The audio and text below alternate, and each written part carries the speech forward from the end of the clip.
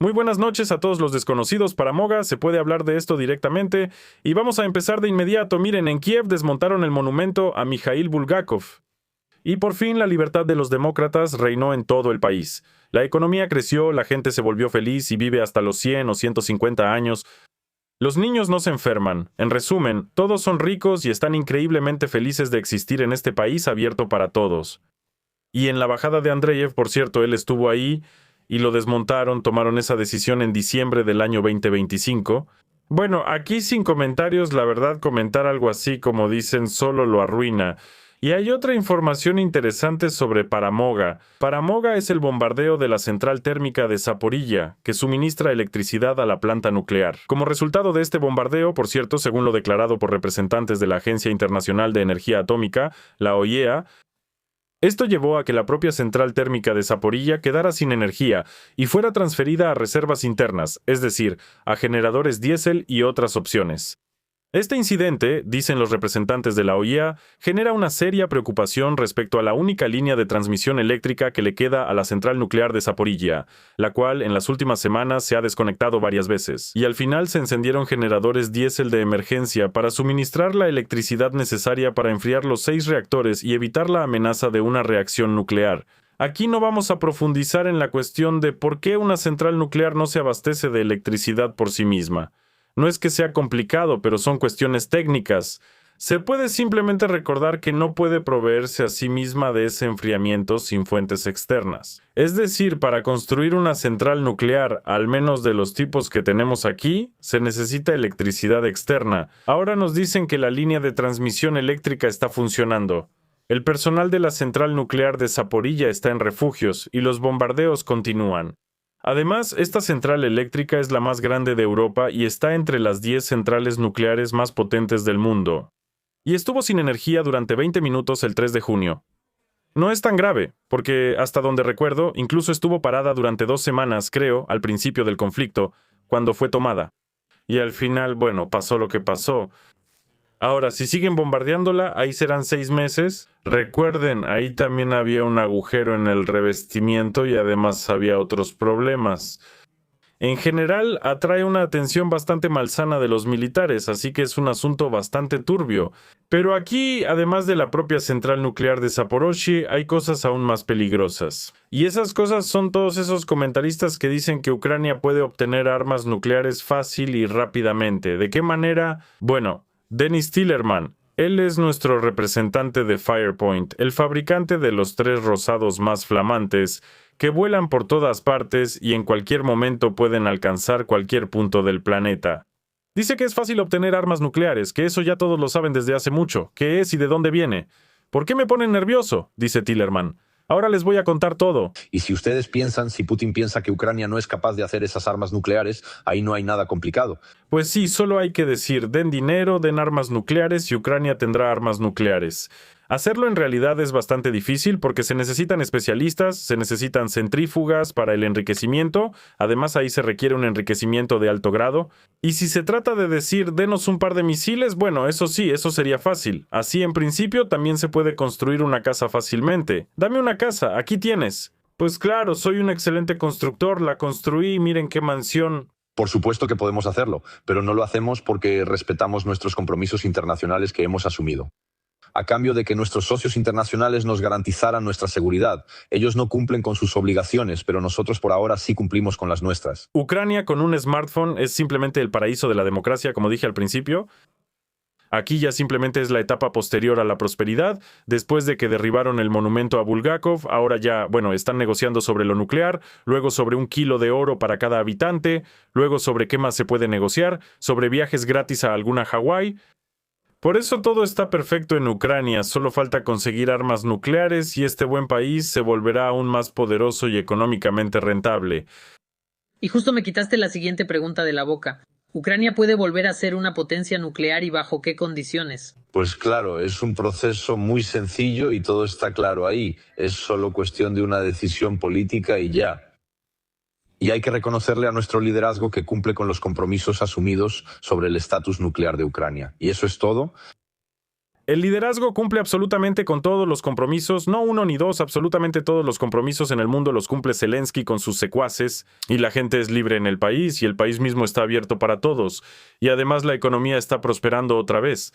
Claro, como digo, solo falta traer armas nucleares para convertir este hermoso país en uno aún más hermoso. Para poner a este hermoso país como ejemplo para los europeos que tienen una vida difícil, les cuesta vivir. Europa siempre está en decadencia. Ya van como 20, 28 años o tal vez hasta 30. Sibiga, este magnífico representante del cuerpo diplomático de Ucrania, decidió abrir un clúster de negociaciones para la adhesión de Ucrania a la Unión Europea. Y por cierto, aquí tengo unas tazas como estas. Justo ahora tengo la lista de Rus Rank con esa misma potencia. De ella se puede beber y entonces serás más poderoso que nunca. El enlace está aquí en la descripción. Gracias. Aparecerá en cuanto muestre esta taza. Y ahora veamos qué nos cuenta el testigo de estos hechos. Bueno, pues al parecer Hungría, representada por Magyar, no importa mucho dónde va el acento, ya ni es tan importante, le permitió a Ucrania unirse a la Unión Europea. Antes de esto, Orbán decía que no se podía, pero ahora Magyar dice que sí se puede. De hecho, hoy mismo escuché que él otra vez dice que no se puede. Pero bueno, si sí se puede, entonces Sibiga reaccionó a la decisión de abrir el primer grupo de negociaciones sobre la adhesión de Ucrania a la Unión Europea. Agradeció a los socios y declaró una nueva etapa en las relaciones con Hungría. Agradezco a la representación, a la presidencia de Chipre por su liderazgo en el proceso de adhesión de Ucrania a la Unión Europea, pero Chipre también es uno de los países más poderosos. Incluso diré que no solo de la Tierra, sino de nuestra metagalaxia.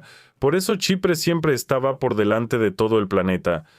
Su economía ha alcanzado su punto máximo, por eso Chipre trata de impulsar a otros países también, para que ellos también estén bien, para que la gente viva allí como se debe vivir, mejorando la calidad y el nivel de vida, todo está claro.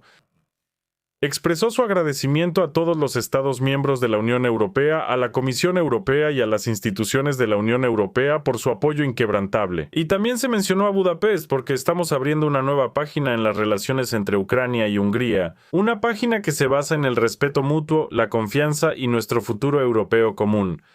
Bueno, y para que ese futuro europeo no les parezca un sueño a algunos, por alguna razón decidieron cambiar las reglas de protección para los ucranianos después del año 2027. ¿Recuerdan todos esos llamados de Zelensky para que todos los compatriotas regresaran? Me refiero al Estado digital. Díganme, ¿de qué hablaba él con Partagin, con Partagino Semertsem, con Monsieur Macron y con Starmer? En general, ¿con quién no habló de esto? Y todo el tiempo decía que sí, que Ucrania necesita a los jóvenes para la reconstrucción. Nosotros destruimos y que ellos reconstruyan. Así es como nos divertimos los servidores del pueblo, todos también lo tienen todo en sus manos.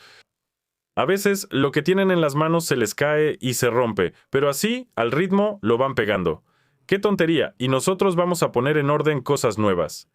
En resumen, ¿de qué se trata? La Unión Europea se está preparando para extender una vez más la protección temporal para los ucranianos. Sin embargo, las condiciones para otorgar el estatus pueden cambiar.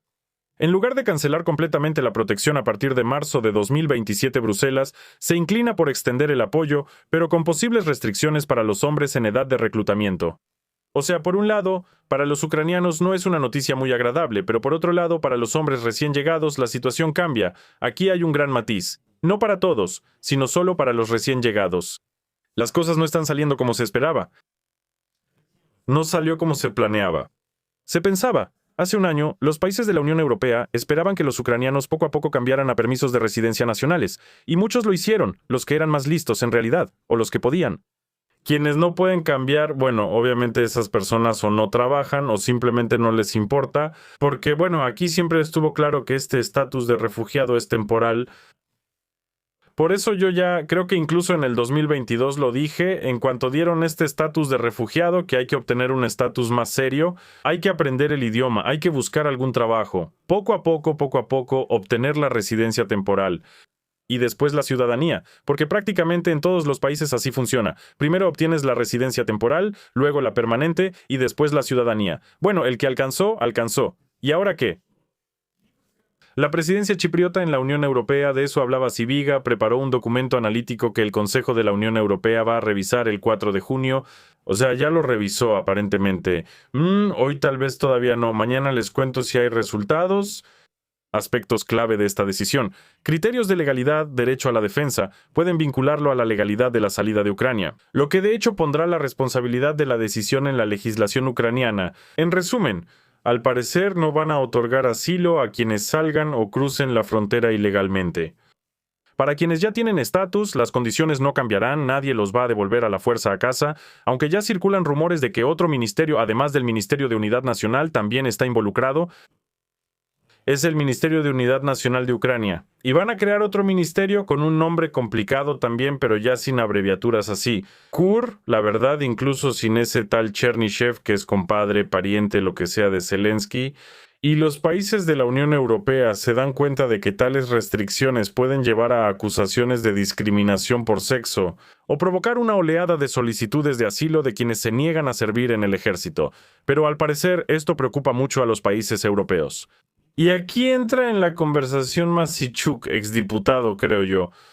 Él habla sobre el modelo que probablemente está usando ahora el gobierno ucraniano para que los ucranianos, al menos algunos, sean devueltos a Ucrania. Porque está claro que una persona que se fue y conoció, digamos, la Unión Europea o Estados Unidos o cualquier país, incluso, Dios mío, República Dominicana o Haití, ya no va a regresar a Ucrania. Simplemente porque Ucrania es eso, ¿no? Ucrania en un teléfono inteligente, rodeada de alambre de púas por el lado occidental. Y no es una broma, ya he mostrado más de una vez que así es. El gobierno ucraniano cumplió un plan que se basa en la llamada experiencia israelí.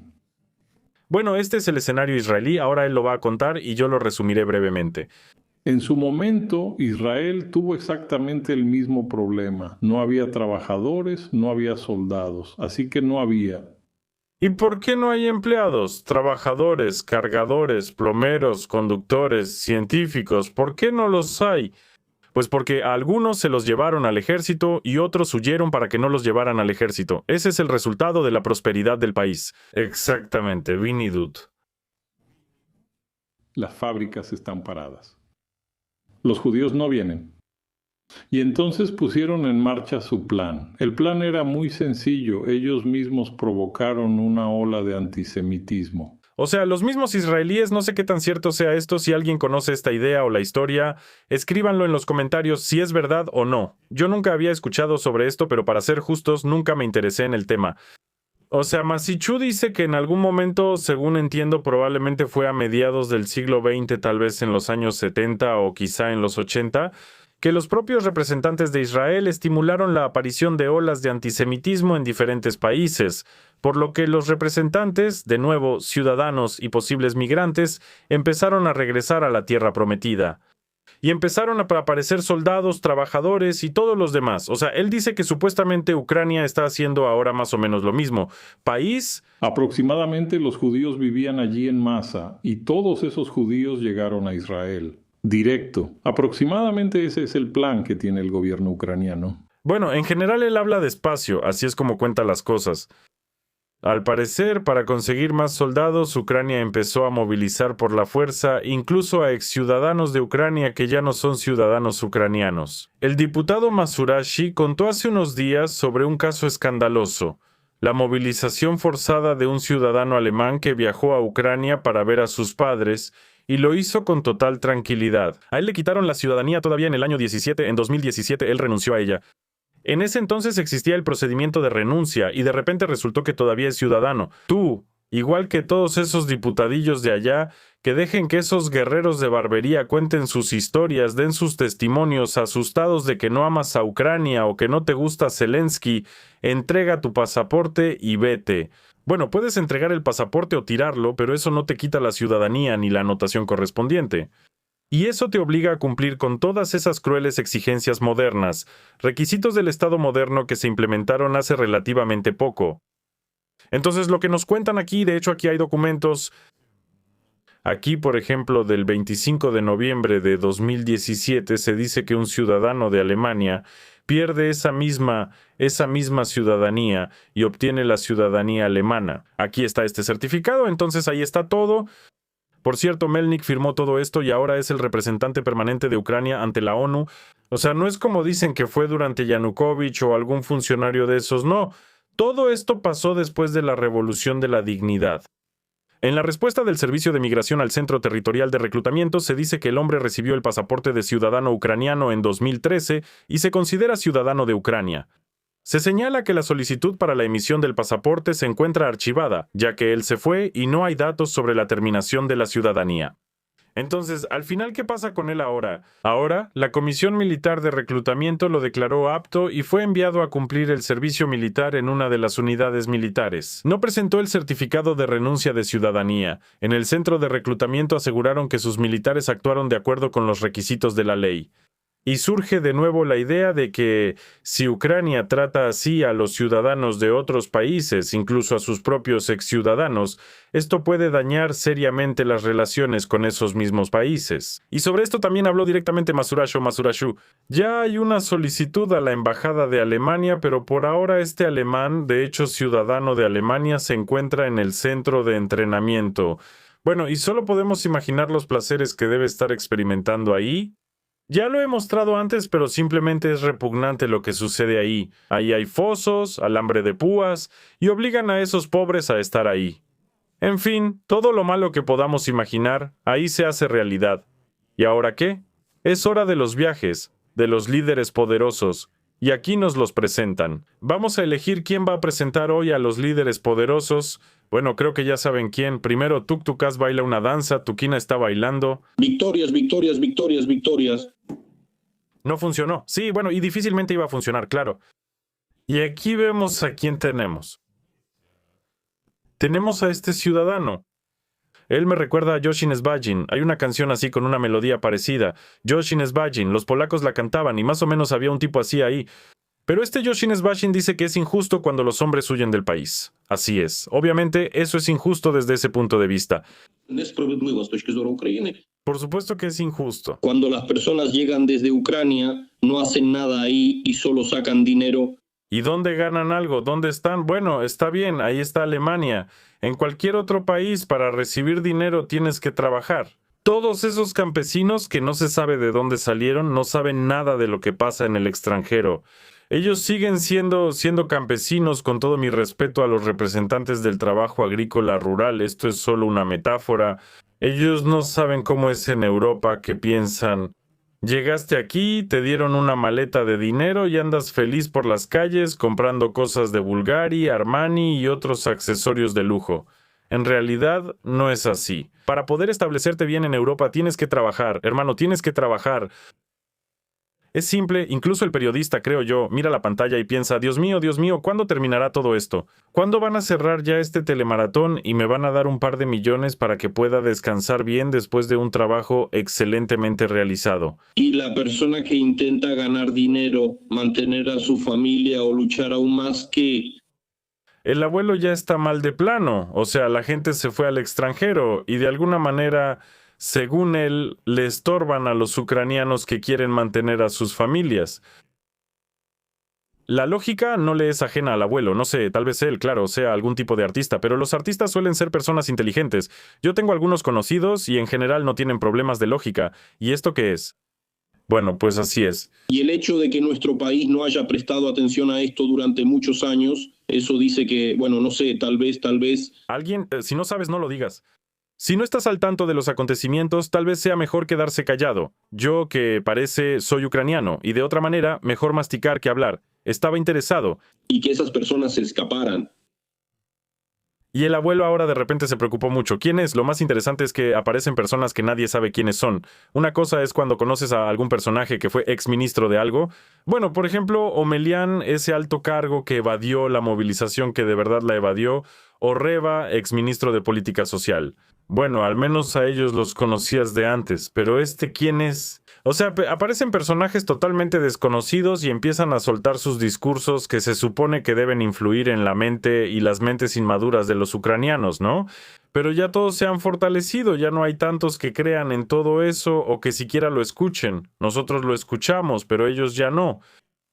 Porque aquí también hay unos poderosos generales como Krivonov con Borislav Bereza, un patriota que está en los países bálticos, en Austria, en fin, otro que también evadió la movilización, y juntos promueven la idea de la educación patriótica de la juventud. ¿Cómo abordaron de manera sistemática la cuestión de la educación patriótica entre los jóvenes y estudiaron este tema?